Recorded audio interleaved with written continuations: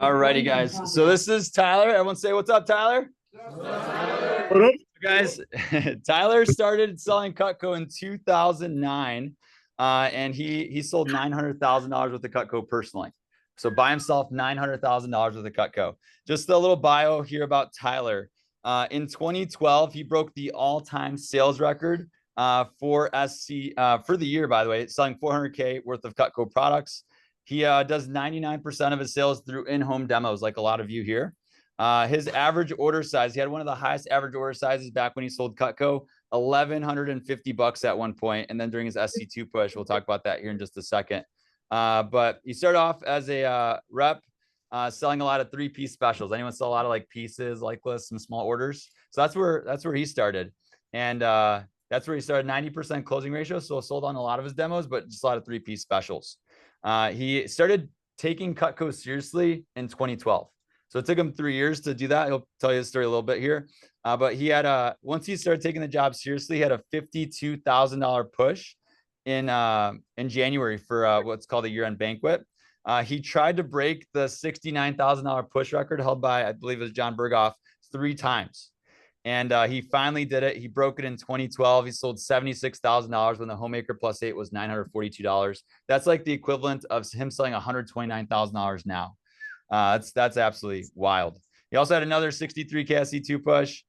He loves Cutco. He's giving back. He's no longer like actively selling in Cutco, but he's doing a lot of cool things outside of that. He enjoys talking about high average order sizes, getting into really good networks, prospecting, and going for huge push periods. So without further ado, let's give it up for Tyler. Thank you, Jacob. Thank you, Jacob. Can everybody hear me fairly well? Yes. Awesome. Awesome. Just if something cuts out or something, just wave or get my attention, because I'm going to start going here. And I have, it's a hell of an intro, Jacob. I appreciate that. It does seem crazy to think it was 15 years ago that I was sitting in these exact seats, like getting ready for SC2 with 15 people in the office of a place right outside of Philadelphia. And I came into Cutco with just a very high belief that it was going to work, and that it was a great job. I think that sometimes people come in very unsure about it. I had a unique experience where I had a buddy who had previously sold Cutco, and he made a lot of money, but maybe he just didn't understand what was happening in the trainings. Like my manager, Katie Shermer, I loved my first manager in Cutco. She's so great. She was struggling to retain everybody in her training programs and have a great launch percentage. My buddy thought that everybody was just getting fired and that he was like the only person who got the job. So he was like, I got the sickest job selling Cutco, but it's like impossible to get this job. I started with 15 people in my training class. Only me and 3 other people made it. So it's the best job ever, but it's really hard to get. And then I showed up for a job interview with Vector Market and realized that it was Cutco. And I was like, man, this is my opportunity. I can do the job that Kieran Riley did and was killing it, making a bunch of money. So I always believed I was going to be successful, which is really, really, really important, because at the end of the day, most natural human possible thing to do is to want to be right about whatever it is that you believe. And I believed I was going to crush it if I could get the job. And luckily I got the job, and I loved Cutco right from the rip. I was generally in life pretty good at most things that at sports or academic stuff. I was at least above average at most stuff that I was trying. And Cutco was sort of the first thing where it was such a meritocracy of skill set, and it's not an easy thing. It was really, I got my ass kicked like early in my career where I was going for it and I was not winning amongst my contemporary peer group, who I was comparing myself to when I was new. Which is good. You want to identify your peers, and that's going to change throughout your career. It's important to know who your peers are. It's important to know who you're looking up to. So when I looked up immediately to my manager right away, and I just knew it was someone who I respected and wanted to be like. And so I bought in on just on committing to Cutco, being involved with the culture, being involved in the office. And when I first went to SC2, and my first SC2, I sold 10K. I was on the 10K Alliance, a lot of three-piece specials, zero homemaker sales my entire first summer. I think I sold 30K my first summer as a college student, which was pretty good. It was a pretty good summer, but like there's definitely people doing way bigger summers. And I did a 10K push. When I got to this conference and I didn't know all the people, eventually you sort of learn all of these people in Cutco, and there's sort of a social environment that's attractive about selling Cutco. When I first went to SC2 and I'm looking at people that the names don't mean anything to you guys, they're older names, but I got Mike Arrieta was one of the first reps that was ripping 50K pushes and was specifically talking about trying to network into wealthy areas to do it. And the aura, the swag of these people that were doing 50K pushes, I just knew that I fucking wanted to be a part of that. And I could see these countdowns going down on stage where, I mean, I was so proud of myself doing 10K for this push. It was all my pushes included. Maybe that first one was the most proud of myself that I ever was. But like when I gave my report, I think I finished like maybe 18, 15 or something in the region, like something pretty respectable. But then like you get to the top 10 and now people are at 20K. And then you get to the top 5 and people are at 30K.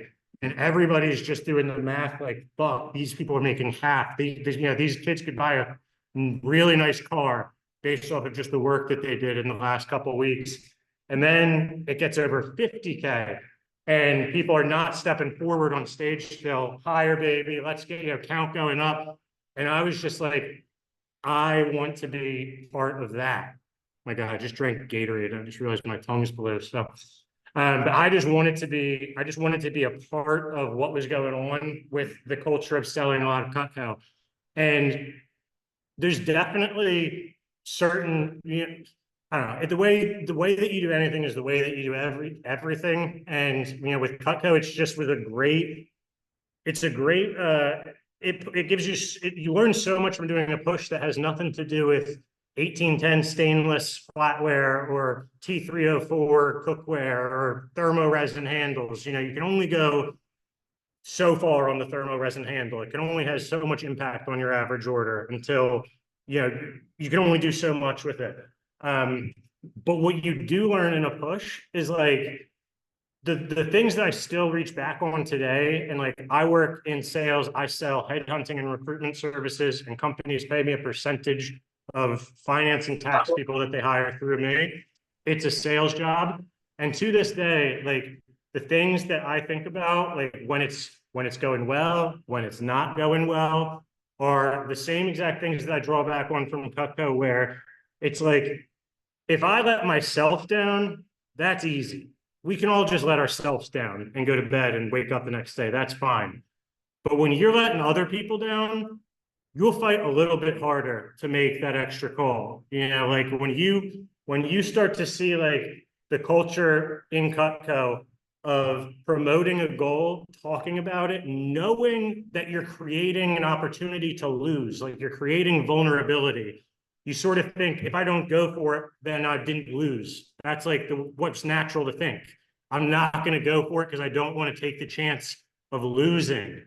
That's what's natural to think. Like, but when you have other people attached to that, when you tell your parents, your siblings, and when you tell everybody, all Cutco people, everything about what you're going to sell for SC2 and what you're committed to, it drives you so much further. So it's like, whatever you're doing, like that, I'll reach back into like creating accountability for myself for anything that I'm doing. If it's in, and it's all aspects, if it's in the gym, I'm telling people what I want my bench to be by this date. If selling headhunting services, I'm writing on my LinkedIn profile what my sales goal is for the year, so that every single person interacting with me knows it. Because it's only going to serve me, even though I'm creating an opportunity to lose or to fall short of a goal. One thing, I have a lot of maybe controversial opinions. Like I think losers hit their goals. You know, it's at the end of the day, it's not even about hitting your goal. It's about like the person you become in the process and the pursuit of that goal.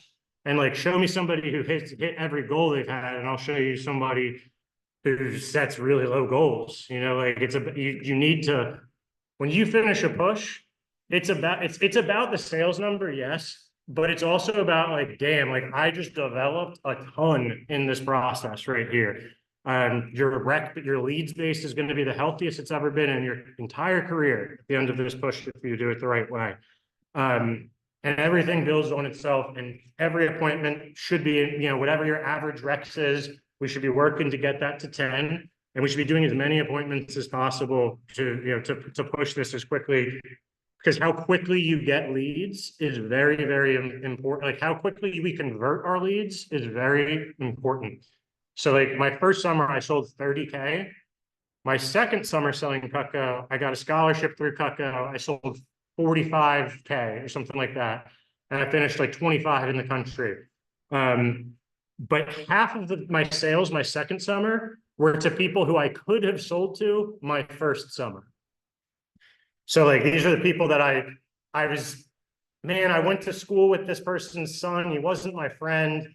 I don't know. I'm going to be sounding, you know, sauce as hell calling this person who, like, I wasn't an enemy of their son, but like, definitely we weren't, you know, we weren't ripping Halo 2, I'll tell you that.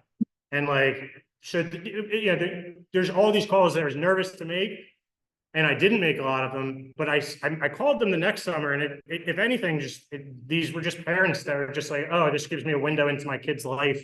It was weirder for me than it was for them. It was just a non-issue completely. But the point is that 20K, half of my sales my second summer should have been sold my first summer, and then I would have been on to the Rex of their Rex much more quickly. So something people don't talk about in Cutco is how quickly are we getting 10 leads and then squeezing as many new rec sheets out of those 10 leads as we're possibly going to get. Because if it takes you a year, that sucks. You got to we got to move real quick, and you don't have to do anything. But if your goal is to sell a bunch of Cutco, you got to move quick and convert leads into just the idea of make a sheet of 10 leads, get 3 more sheets of 10 leads at a minimum off that. And again, it comes down to belief. I just believed that was going to be my experience because that's what I was trained to do. And I was trained that the more appointments that I do, the more leads I'm going to get, and it's going to perpetuate out. It sort of sucks when you're new and you're selling to all these people that you're either close with them or like not really, their son or daughter went to your high school and you're not close with them, but you still know them. When you get to the point where you're selling to strangers, this job gets 3 times easier. You have 0 emotional attachment to what happens in there, and you can just go for it without strings attached. You can try to optimize your demo to sell the most. You don't feel like you're doing anything to anybody. It's your job.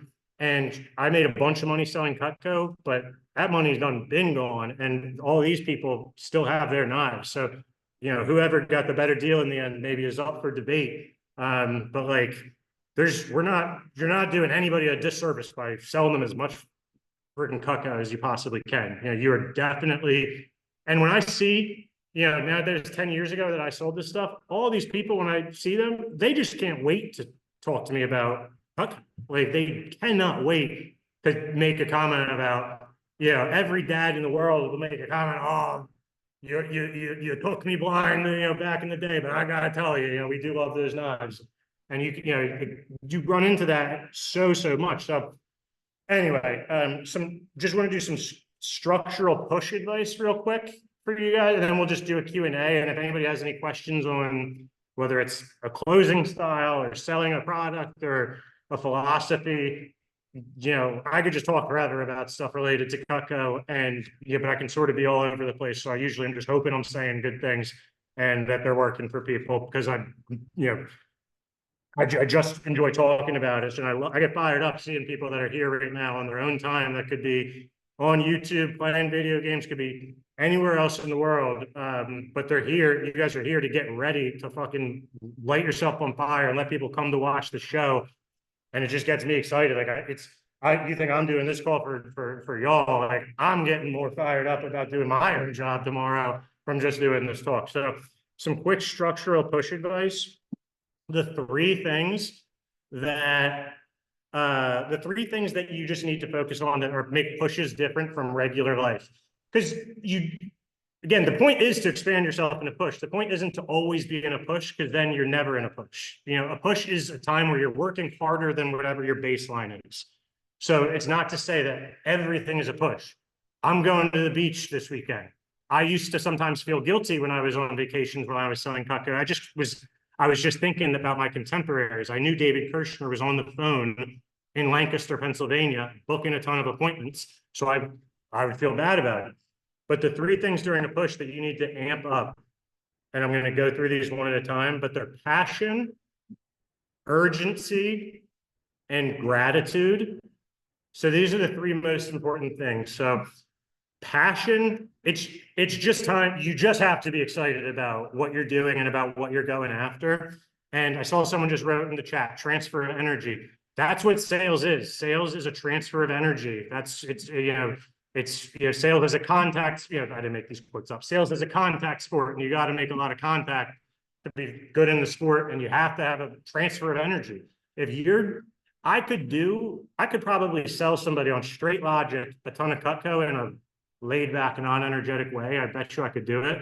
But like, I'm going to have Mrs. Jones fired up about what I'm doing, and I'm going to speak positively about people she knows. When you get into the networking deep down the road and how you got in touch with this person and who they might know, and you can play off social networks and building rapport through just the people they know, this job gets awesome when you get to that stage.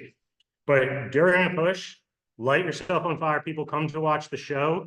It's a transfer of energy is the best way to say it. You just need to turn up 20% more than you do in a regular demo. You need to be excited. So Mrs. Jones is looking for a reason to buy. Urgency ties in with passion. And this is probably the corner that people cut the most. It's such a big deal. It's such a big deal to have high levels of urgency. When we're on the phone, it's on Sunday when you have the mother of all phone jams, when we're talking about choice of times, we're not saying, hey, can you do Friday afternoon or maybe Wednesday? I'm saying, hey, Mr. Jones, could you do Tuesday as early as 7 a.m. or as late as 10 p.m.? If that doesn't work, I could do 3 p.m. on Tuesday, or I could do Wednesday super early. Now, she's going to pick whatever the hell time works for her, and it doesn't even matter. But how do I come across when I'm saying, can I see you as early? I have an 8:30, Mrs. Jones. If you're a morning person, I will be there with coffee at 6:30 a.m. Mrs. Jones, she's not going to take that appointment most of the time, but she's like, damn, like this guy's is on some shit telling me he's going to show up with coffee at 6:30 a.m. for this appointment. Like this guy is, this guy has, that's urgency, and it leads to higher average order. It leads to, we're creating a buying atmosphere before we get to the house. Like if we're talking about proposing times at 6:30 a.m. and at 10 p.m. we're a more interesting and compelling person. We're fired up about what we're doing. There's a reason for Mrs. Jones to not kick the can down the road. Because what happens when you get, just call me back. That turns into now you become something on her to-do list to get done, and it's sort of annoying. And we end up losing half of these people. When if we get good control over urgency early, we're not going to lose these people. These are people that would have saw us, but you have to put yourself sometimes in their shoes too. Also, it's like, it's sometimes maybe is not a great time. Like people have tons of shit going on in their life, and we obviously want to make it all about us in a push. But like, I don't know. I mean, I had a situation where that I learned a lot from, where I sold to Mrs. Jones a signature set and I got 10 recs. It was like a classic demo, and I was field training a rep at that demo. And at the end, we're wrapping up. She's already helped me, bought a signature set and given me 10 recs. So like, I'm gonna do whatever this lady says. She's like, hey, can I give your information to my son? He works for like Northwestern Mutual Life Insurance. And I was like, like, I don't, like, that's the last thing that like, I want to be engaged with, and has just nothing to do with not having total respect for your son and wanting to be, I just am like, you could pitch any service to me besides life insurance, and I would have more of an interest level. That's just where I was at with that. But what am I going to tell this lady who just bought a signature site and gave me 10 recs? Like, no, your son can't have my information. So I gave my information. Guy called me and asked and did an appointment and asked for recs. And I was Mrs. Jones all of a sudden. And in my head, I was like, man, my friends are 23. They're not trying to think about dying. They don't probably want, I'm just projecting everything. It's the same thing like Mrs. Jones probably thinking, oh, my friends are busy. They don't want to buy not. Like, you do need to put yourself and be empathetic and put yourself in your customer's shoes. So like, it's not about throwing these people under the bus, Mrs. Jones. Like, we're getting them on the bus. And like, I guarantee you, they're getting a call from another Cutco rep this summer. So it might as well be me, because I'm telling you, I am going for it. And why would she's getting a call from a Cutco guy. It might as well be me. What do you like? Even if it's not 10 people, I really appreciate it. Paper, thanks so much. I'm wrapping my stuff up and just going for it. If we've shared our goal story and our goals properly early in the demo and have talked about the push and what we're going for, Mrs. Jones should be looking for a reason to buy stuff before you even get to the product. Like, my mentor, when I was, for most of my career, when I was in my prime selling, was a chick named Aviva Bennett, who was like the toughest chick in the world from Queens, New York, who would just, everybody's got different selling styles. And you're not going to be me. You're not going to be Aviva Bennett. Everybody else is taken. You have to be yourself, and you have to make your appointments a little bit more about you and a little bit less about Cutco. You need to interject more of your personality into your appointments. But Aviva Bennett, if she had an hour with you, she was going to spend 55 minutes blowing herself up and talking about how great she is and beating her chest and talking about her goals and showing sales report after sales report of her on top and pictures of her on stage. It's the Aviva show for 55 minutes, and then she's going to ask you which package you would get the most value out of and close. It was a crazy fucking style. And that's, the point is that not everybody, I can't be Aviva Bennett. But like, I can learn from her, and I wasn't even allowed to talk to her unless I had 7 appointments booked the next day. And she was my mentor when I was selling Cutco. My contemporary at that time, someone who was a peer of mine, who was on a similar level to me, was a guy named Rob Brandt, another one of the best guys in the freaking world. But he lived in New Jersey, and he was doing demos in board shorts and flip-flops, and probably board shorts still wet, rolling up to the house, doing like a surfer dude chill demo.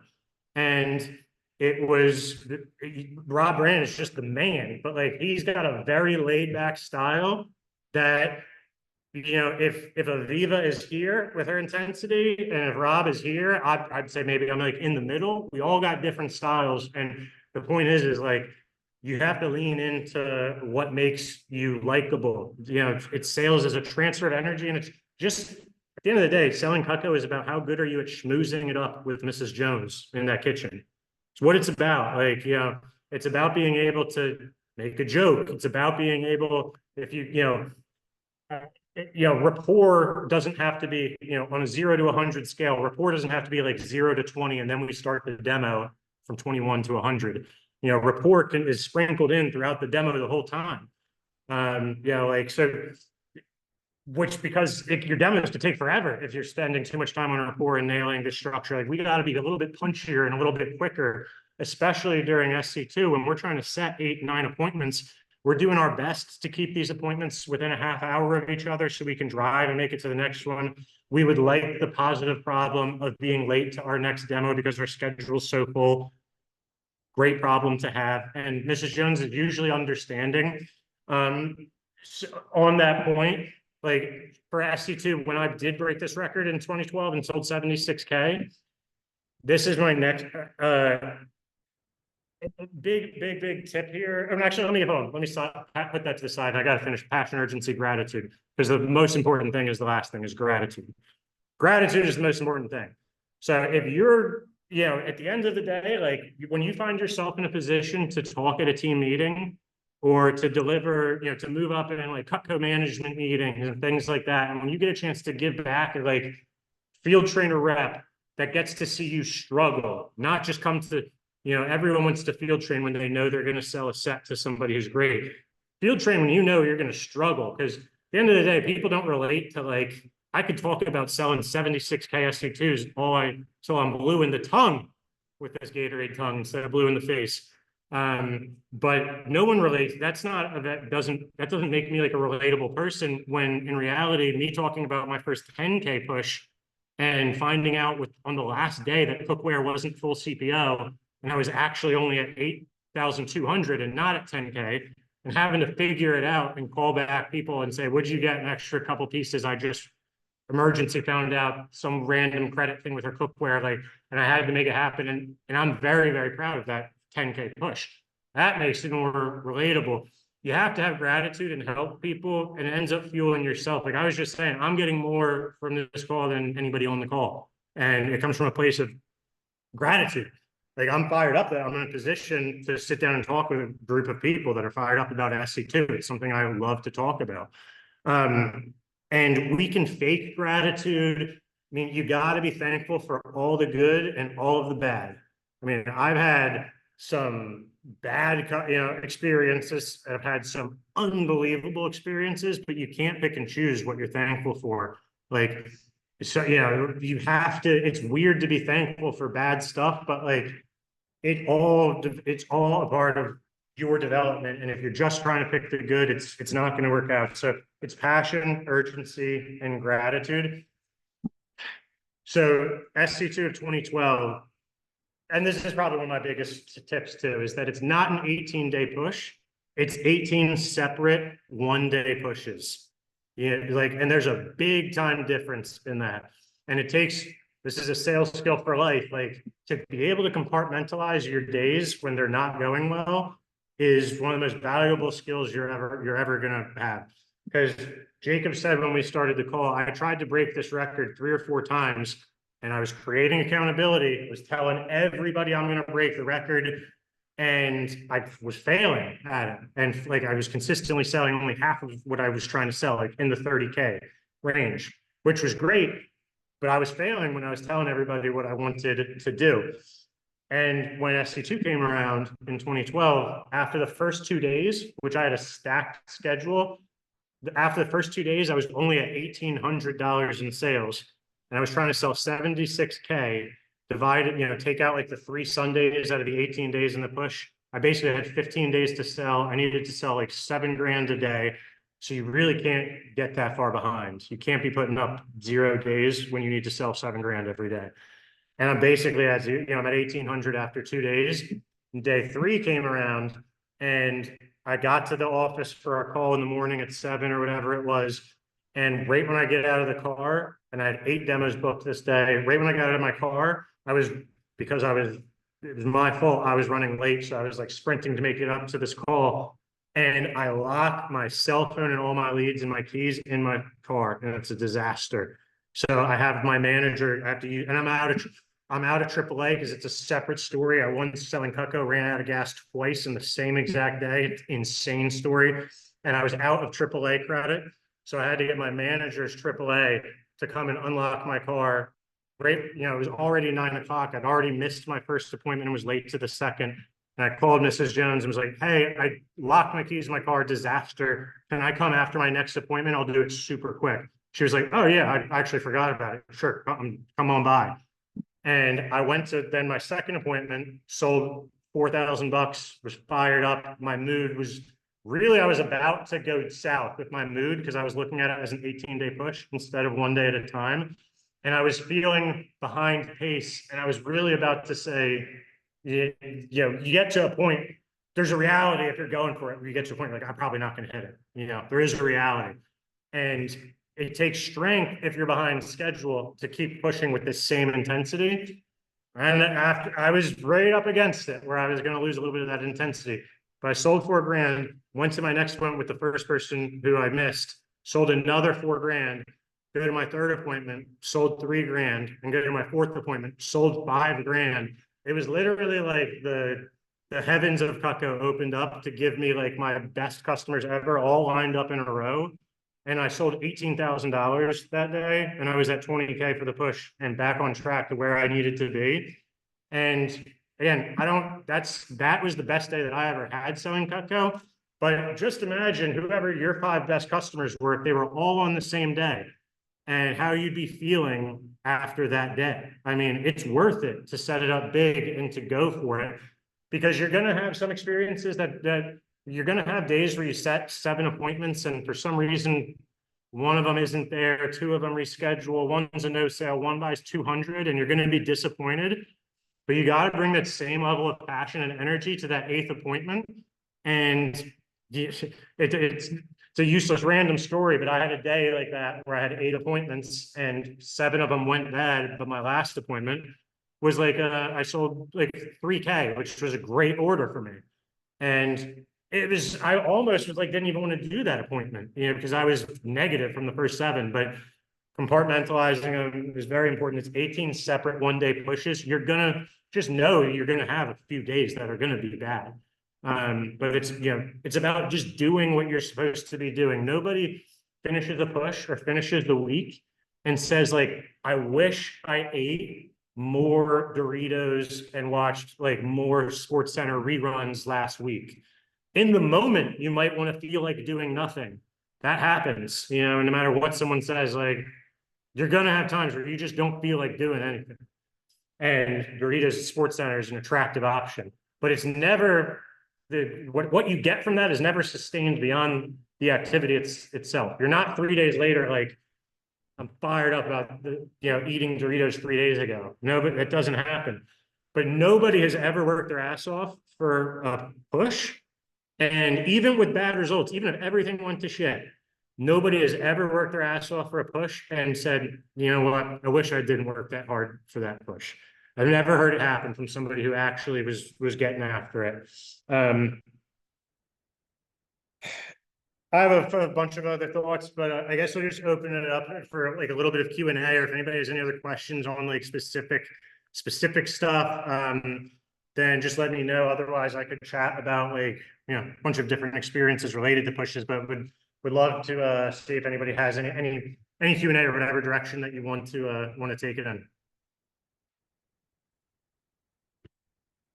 So how we'll do it with anyone in person. If you want to ask Tyler a question, you could come up here and ask him. But if you're virtual, just raise your virtual hand, and then we'll just do it that way. So let's go ahead and jump in. Well, first of all, let's thank Tyler for all of his content. That was fire. Let's give Tyler a round of applause.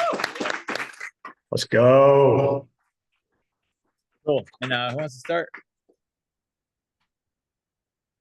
Tarek, come on up here. All right, you got Tarek coming up. Derek. Tarek. What's going on, Tyler? What's good, brother? I'm fired up. We're doing big things here. But I had a quick question.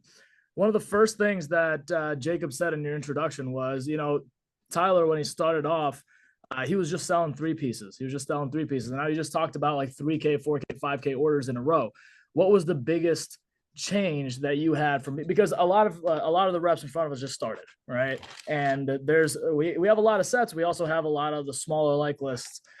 So what was the biggest change, biggest shift that you made from like 3 pieces to bundling and getting those big higher average orders?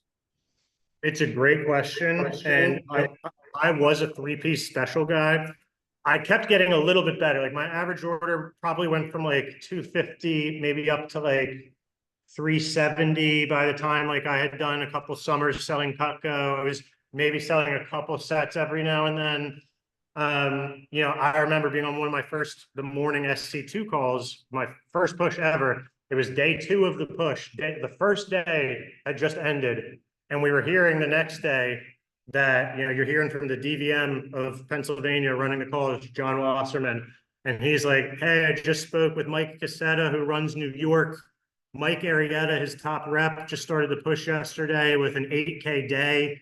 He was already out early, so 10K Alliance, he's already got 8K on the board. And I was just sitting there like, what the hell? Like, how is, so my guy set 8 appointments and sold a homemaker on every one. And that's not what $1,000 average order looks like. You know, $1,000 average order is like three-piece special, super shears, 4K order, homemaker, 200, 200, 200 signature. Maybe that's a 1,200 average order. It's like that.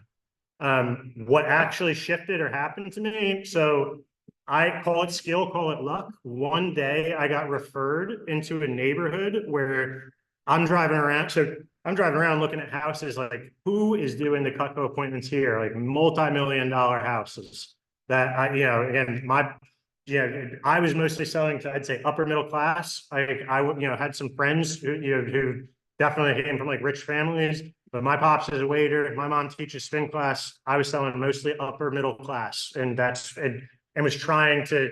I knew, of course, I wanted to keep moving up in terms of like the wealth of the people I was seeing. But overnight, I was in a neighborhood where it was like, oh my God, what an opportunity for me. And I sold $500 on the demo. It was nice, nothing insane, but I got 10 recs that were all in the immediate neighborhood and networks.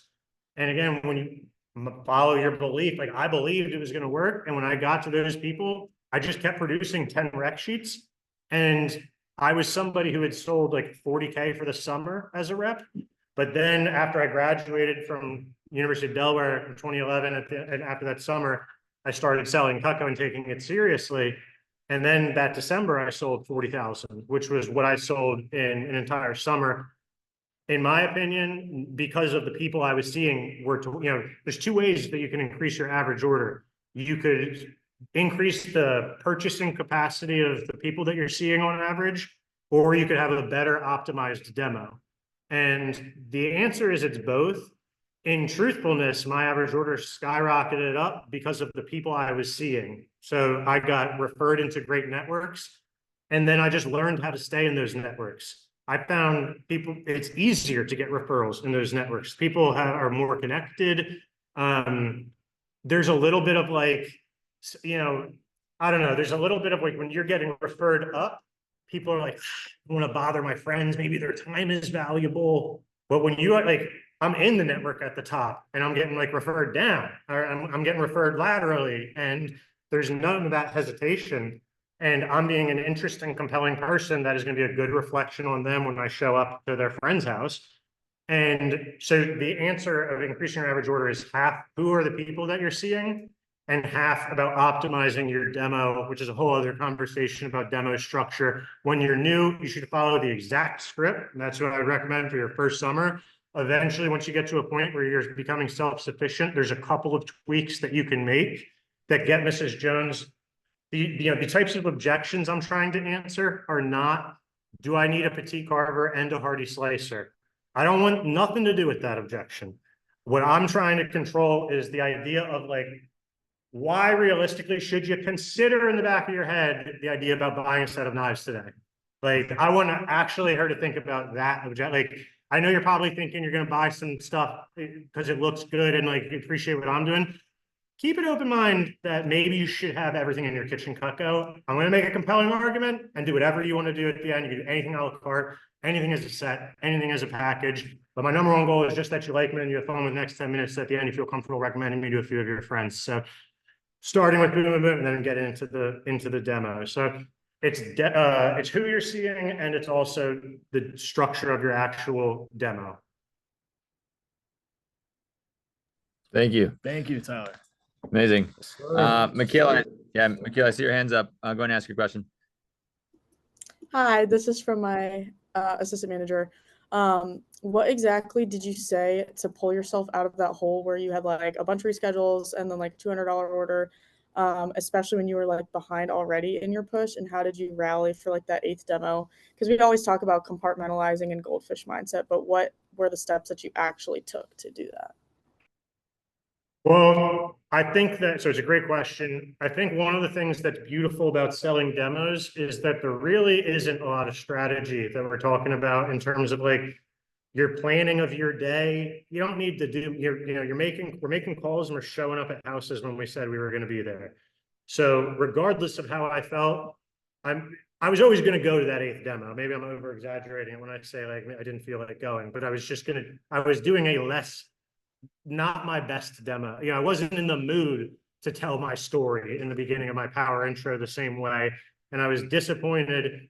And really, I was mad because this one lady I was most excited about seeing made me meet her in a coffee shop and not at her house. And I was like, I'm taking that as disrespect that you don't trust me in the house. So I was like letting that get to me for some reason. I was like, I don't know why I'd never faced that objection ever again in my career. There's just no issue with coming over and meeting in your house. It only came up one time and it just bothered me so much. But the answer is that you just show up at the houses that you said you're going to be at. The hard work in this job is done on the phone. Nobody really wakes up and has 8 appointments and doesn't want to go to work that day, but you will wake up this Sunday and be like, I got a fucking hard day coming up ahead of me on the phone here. And like, I definitely kind of feel like not working. Like that is natural to think that way. But it's also just from experience. And, I have done pushes before where I knew exactly, I could look back on these other pushes for, for our SC1 that year, for what used to be called RDC, the Rep Development Conference for reps all across the country. All of these pushes I kept doing 35K for about when I was trying to do 70. And there was an exact point where I could like track it back where I was like I'm not gonna hit it.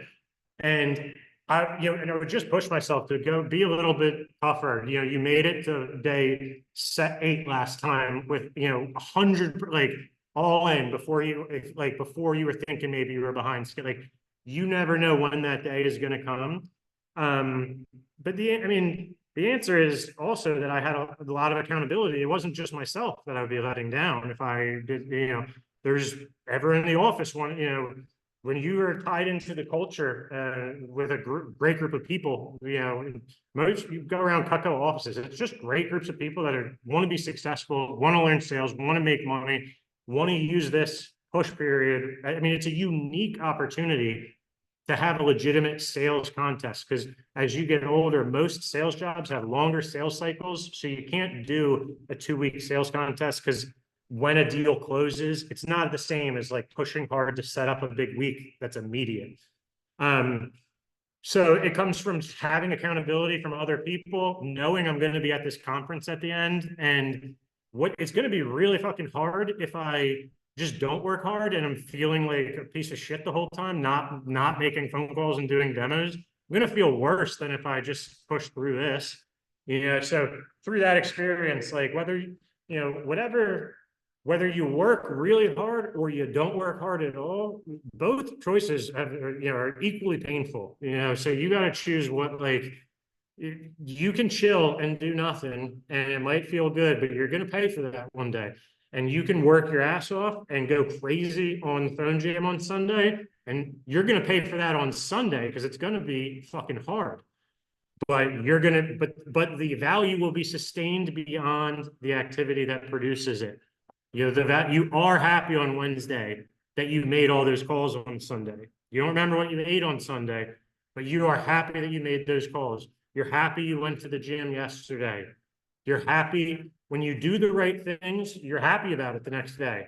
So, it's a unique opportunity to just go for it. And frankly, I just knew I was going to be on stage with people that I was competing with. And I really enjoyed like the culture going for it in push periods, making the steakhouse dinner at like Ruth's Chris that was that night, and you stay an extra day at the conference. And there was just no chance that I had more of a fear on missing out on like fun social events. I probably won a bunch of free Cutco and prizes and stuff. And don't get me wrong, that stuff's all great. Like I got some awesome prizes with big push periods. But I was 10 times more motivated by the fear of like not being involved. Like when I rolled up to the conference, like that was I let myself be motivated by that fear rather than by like the pleasure of having a great, sales report.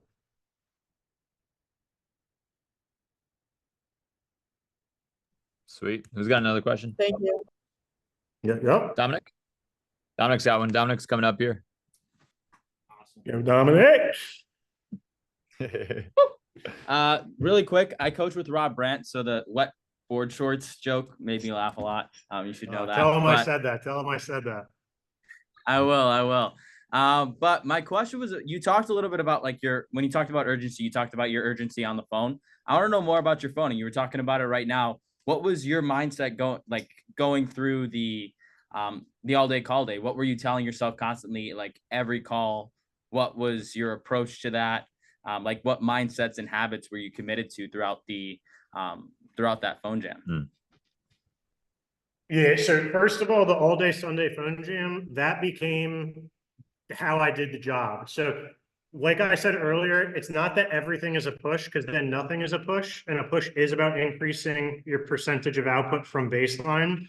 But what I did keep from pushes, because I didn't like the feeling of David Kirster's on the phone and I'm eating dinner and feeling guilty about not working. So I was like, I don't love this always having to feel like I'm needing to make phone calls thing at all times. But I can get behind every Sunday just sitting on my couch watching football and ripping 200 calls. I can get behind that. Like that was a structure for me that I was able to set up all my weeks. And I'm a huge believer in setting up a huge Monday and a huge Tuesday, because I would rather have 8 appointments on Monday than 3 appointments every day of the week set for myself, because I'm going to wake up on Tuesday with 80 new recs if I set up my Monday the right way.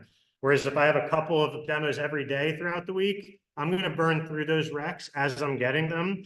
Whereas there's really a magic that happens with doing 8 demos in a day. You have the potential the next day to throw out all of your leads and only keep the leads you just got yesterday. So like when I talk about urgency, and hopefully this relates exactly to what the question was here, because I think it's a relevant story. In 2012 SC2, I was on fire going into SC2. I think I broke the sales record for Cutco for that year for January, February, March, and April. I was on fire. I was the only demo rep that was a top rep in the country. Everyone else was shows and realtor program. So I felt like I had the whole demo universe on my shoulders, and I was in a great spot where my business was super, super, super healthy. And it was frankly rolling into a phone jam that way when you have a healthy business is the best way to be prepared for this Sunday is already it's to have gone crazy this last week with booking demos so you have more fresh leads to call. Having said that, 2013 going into SC2, it was the exact opposite. I was on frozen ice. I had not sold for a month before SC2. I think I was coaching like 15 reps, and it became like what a side job became a full-time, like my main job. And I was not, that was a mistake. I should have been selling as my primary main job. And it made it really hard for me to start the 2013 SC2 push because I had no momentum. And honestly, my lead situation was just bad. Like I did not have many fresh leads, and your leads your whole career are going to be up and down, even though it perpetuates and you should always have more people to call based on just doing more demos. For some reason, it's going to be ups and downs, and you're going to have time where your leads are low. And I had no sales momentum and a bad lead situation, but there's no chance. I created a lot of accountability for myself. I was coming off of breaking the record. I just had to show up with a great sales report. So I was willing to do the heavy lifting and put in the work. And from that Wednesday through Sunday, I think I made around 1,200 phone calls. And these were, we're talking about 300 phone calls a day from 8 a.m. to 10 p.m. And not only was I making, so I just grabbed my old leads and I was just like, you don't want to do this work. I was calling old crossed out leads that already told me no and just playing dumb and just going for it and asking for the appointment. And out of 1,200 phone calls, like the types of leads where you have 10, 7 are crossed out, 2 of them were the wrong number, 1 of them you never got in touch with really, and you sort of maybe might, but you're probably not. And they just drain your energy even thinking about these lead sheets. These are the only thing I'm working off of are just these lead sheets. And my ratio was, I booked 1 out of every 100 calls I made. So I only booked 12 appointments or 13 appointments out of making around 1,200 phone calls to basically old crossed out leads. But I had 8 on Monday and 4 on Tuesday, so I was in the game. And that Monday, my fifth appointment was a lady named Debbie Main. The area that I sold in, that was a super nice area, was called the Main Line area of Philadelphia. It's just a suburb 30 minutes west of Philly. Every city has a wealthy suburbs all around it. Chicago is probably way wealthier than Philadelphia. There's a ton of unbelievable places to sell in the greater Chicago market. And if I was in your shoes and came to your market selling tomorrow, I would immediately be Googling most expensive house here, most expensive house here, then Googling the private schools and the country clubs right around those houses. And I'd be asking for those leads. But I met Debbie Main in my 5th appointment. She lived in Chestnut Hill, which was a totally separate territory that was commutable from where I lived. And for some reason, I was never getting wrecked to Chestnut Hill. There wasn't crossover with the main line in Chestnut Hill. And Debbie was my first appointment that I booked that was in Chestnut Hill. She was my 5th demo that day. I got there, she forgot about the appointment and was at a golf course. And I was sitting in her driveway, like a good ST2 rep, making phone calls in the driveway in case she comes back. And she doesn't come back, but her son comes back and he's like, who the fuck are you? And I was like, yo, my name's Tyler. I'm a friend of so-and-so's. I was here to meet Debbie at 2 o'clock. I think she might have forgotten about our appointment though. And he was like, oh man, dude, yeah, she's right around the corner at Sunnybrook at the golf course. Like, let me call her real quick. She's like, oh my God, I forgot, I'm coming right now. And I'm like, oh, nice, like she feels bad. You know, I'm probably gonna sell now because she forgot about it and is coming. And meanwhile, I'm just talking with like her son and her daughter about what I do. And I was like, you know, I was driving a nice car and they were like, what are you doing? Like you're selling knives and like, what, they were curious about me. So I was telling them like, yo, I know everything about the main line area. I sell Cutco. It's a sick job. You can make a ton of money while you're in school doing it, but I don't know nothing about Chestnut Hill. What would you guys, like, what lead should I ask your mom for over here? You know, like what types of people am I supposed to be asking for? They're like, oh my God, dude, get Sunnybrook, get Philly Cricket. And, you know, the all boys school is Chestnut Hill Academy that I go to. And the all girls school is Springside Academy that the daughter went to. I was like, unbelievable. Debbie walks in, she's frantic and upset and with herself. She already has a Cutco, like she already has and I think she had an ultimate, which was very rare for me. I saw a lot of homemakers, not many ultimates. And I think she already had an ultimate and was like missing some of the pieces. So maybe it would be an easy order to just get, you know, fill it back out or something like that. But I'm coming in strong, selling hunting knives and steak knives, the deluxe steak knives, which are like, I don't know how much they cost now, but back then they were like 130 or 140 bucks. So if I could sell them, it was something that cost $1,000 of that I could offer Mrs. Jones. So yeah, I could sell $2,000 of these things pretty easily, especially if Mrs. Jones already has Cutco. Our hunting knife is what you would get if you went to Capital Grill or Ruth's Chris. They give you like a big, like obnoxiously large, like steak knife, but people really like that, especially with the Cutco. You can monogram the blade, plays to their ego, and it's just an option of something that cost $1,000 of.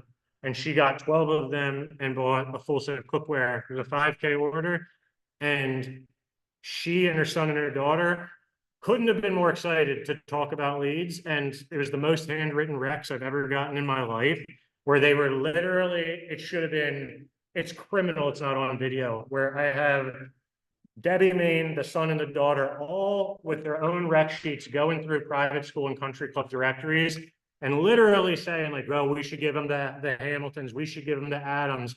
Holy shit, we should give them you know, we should give them the Bushnose. Like, you know, I haven't talked to Heather in a while, but she would buy everything.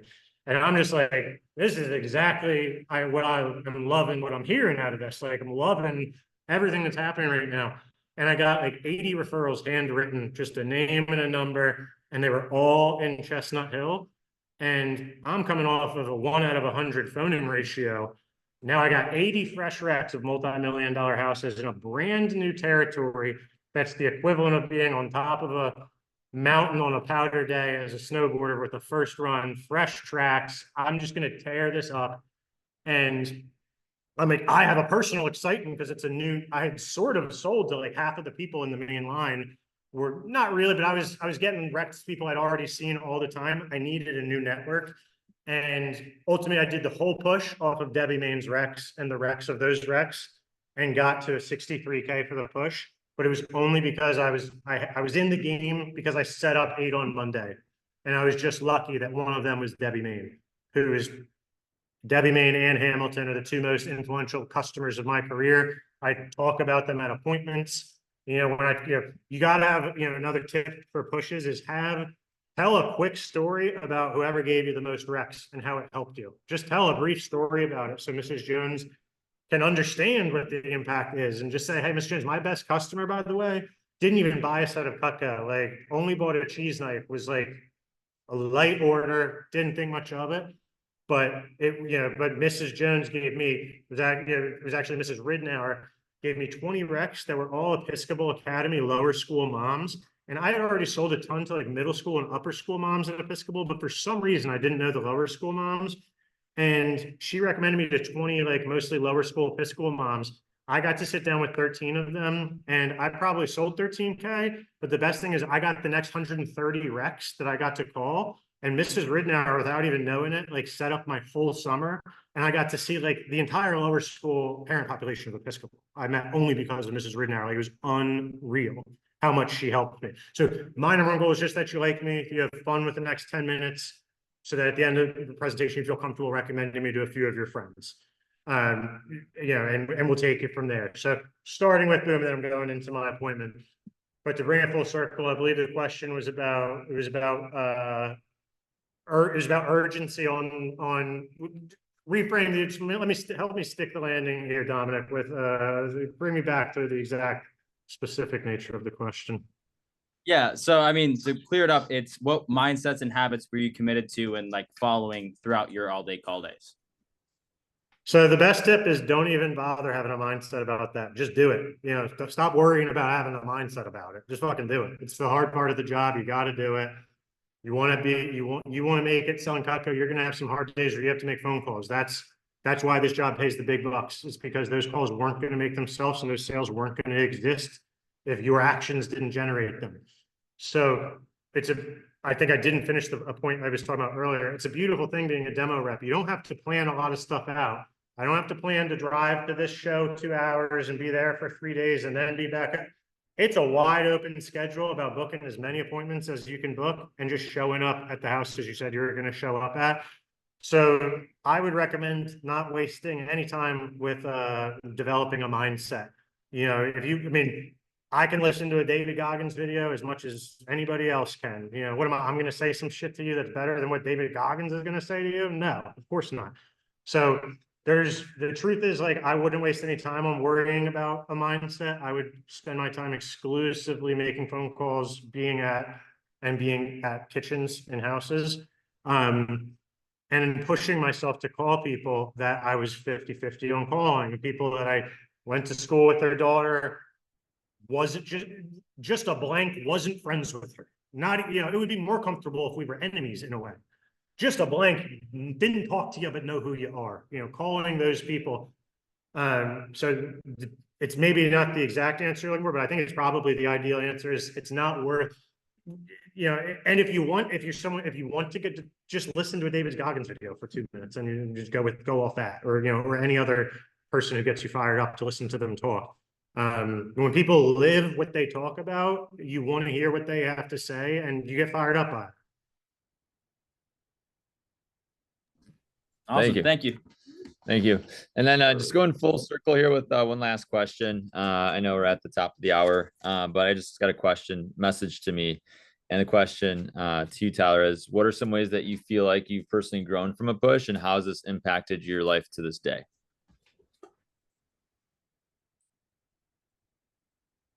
I would say that, like, the push is a beautiful social engineering project that was made by Cutco in a perfect way, where they know that the majority of our sales force, in the summer, college kids, July is the best month.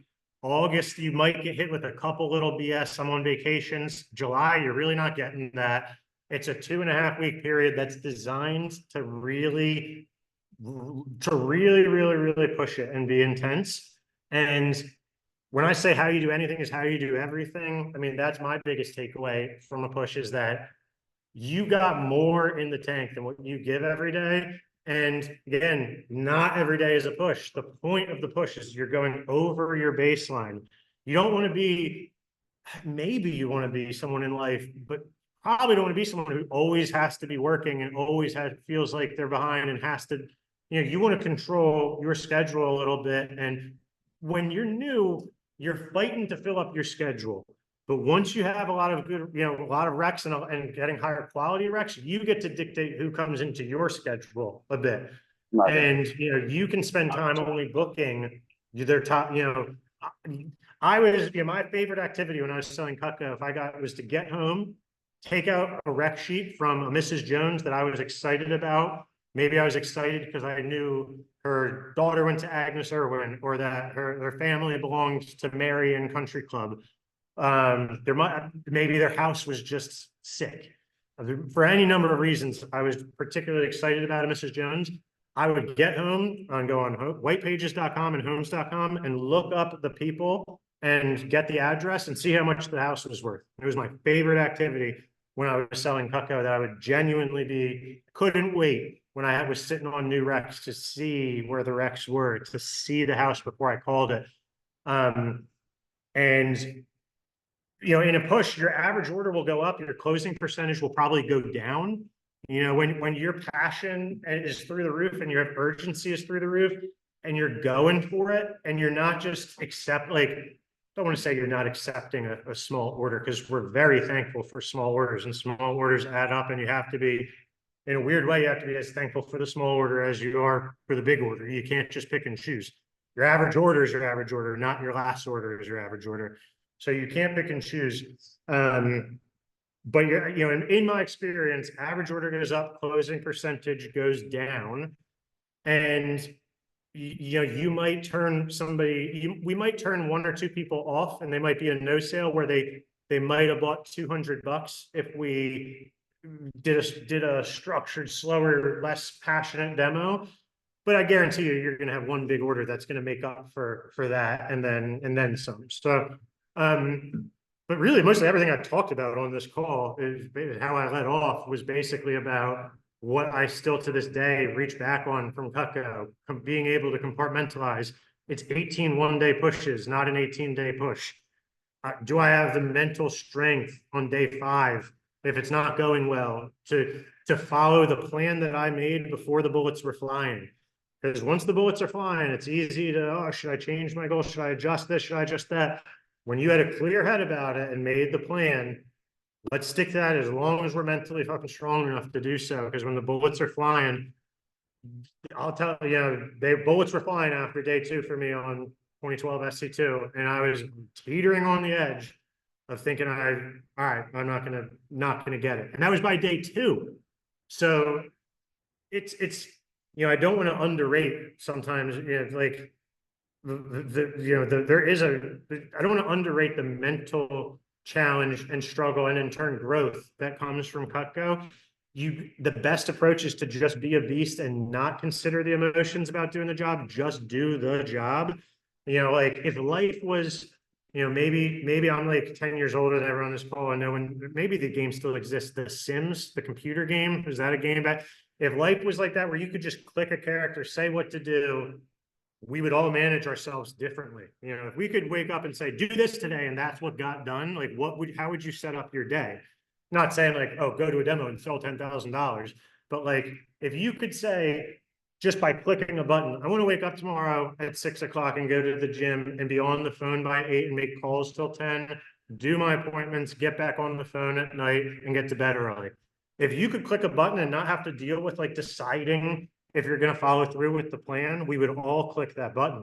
The best as a cut. So to answer the question directly, the number one skill set is not about getting better at selling packages or cookware or flatware. The number one skill set is about being your own boss.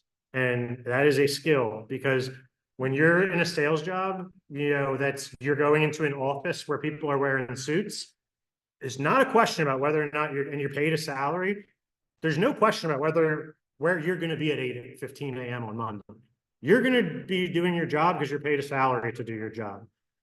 When we're 1099s selling Cutco, there's always the option to not do your job. That's why it's important to create accountability with other people and to be around that culture so that you're letting other people down, not just yourself. You know, like I got back from a conference with a bunch of Cutco people. That was like a Tony Robbins type of a conference like 10 years ago. And the point about this is so for some, I was doing a weird diet that was like a 3-day cleanse and like some crazy like diet that was promoted at this thing. And as I was starting to get ready to do it, I had one more coffee Haagen-Dazs in my freezer, the best ice cream in the world, coffee Haagen-Dazs in my freezer. And I was committed to starting this the next day. And I was like, should I throw out the Haagen-Dazs? I was like, just leave it in there and like, I'll have it at the end. And then I was like, man, like, I am leaving that door open on that coffee Haagie. Like I might, the thing I should do is throw it out. That's what I should do. It would serve me the best, be in my best interest if I just throw it out. And it's analogous to the fact that like we leave, you know, the metaphor is that the coffee Haagen-Dazs is not doing your job, or the option to not make phone calls. The option, it's always an option for us to not do our job. And if you just throw that option out, and rather than worry about the mindset or check in with your internal levels of motivation, don't do any of that stuff, because that's only stuff we do as our own boss. If you were paid a salary and had to be in an office like most normal salespeople, your time is not your time. It's that company's time, and you're going to be in that office. So if you treat Cutco that way, I mean, you're going to make so much more money. It's not even a joke. Like, you know, I had a friend who's selling Cintas, which was like services. You know, so many things get sold in life. You know, like the mats when you walk into a Starbucks aren't owned by Starbucks. That's a service that cleans those mats and cleans the aprons. And there's a lot of thankless sales jobs out there. And no matter what you're going to get from Cutco, you're going to be better off at whatever the hell it is that you're doing. But my buddy who worked at Cintas, he was in the office and he was making calls all the time. And he was paid a salary and made a way lower commission percentage, where if any Cutco rep was doing what he did day to day, not because he was motivated, but because he had to or he'd be fired. If Cutco people treated the job that way, the money would be through the roof. But we think about, am I disciplined? Have someone pay you a salary and see if you're disciplined. It's not your choice anymore. You have to be there. So the number one skill set that I've got from pushes and that I still draw on today is, how do you be your own boss? How do you be an entrepreneur? How do you manage yourself when you're only letting you down? You know, create accountability through other people and get after it. Amazing. Thank you so much. Let's give it up for Tyler. Everyone give Tyler a round of applause. Oh. Thank you. We appreciate you for your time, your energy, your passion. Thank you for giving back to us. It means the world. And we're going to crush SC2. We'll keep you posted. And So you guys better be getting after it on Sunday. You know, again, nobody ever went crazy on Sunday and regretted it after. I don't care if you have the worst day of your life, you won't regret it. And if you don't go hard, you will regret it. So at the end of the day, choose your hard. Being successful is hard. Not being successful is very hard. You have to choose what type of pain you want to go through. And I would just recommend taking a shortcut and learn from some people that have accomplished things you want to accomplish, and take the pain of just having to go through a hard phone jam on Sunday and reap those benefits later. Amazing. And I'll be hearing from Jacob what's going on. I'll be keeping tabs on this office, baby. Absolutely. You're the man. Thanks, Tyler. Have a good one. Peace.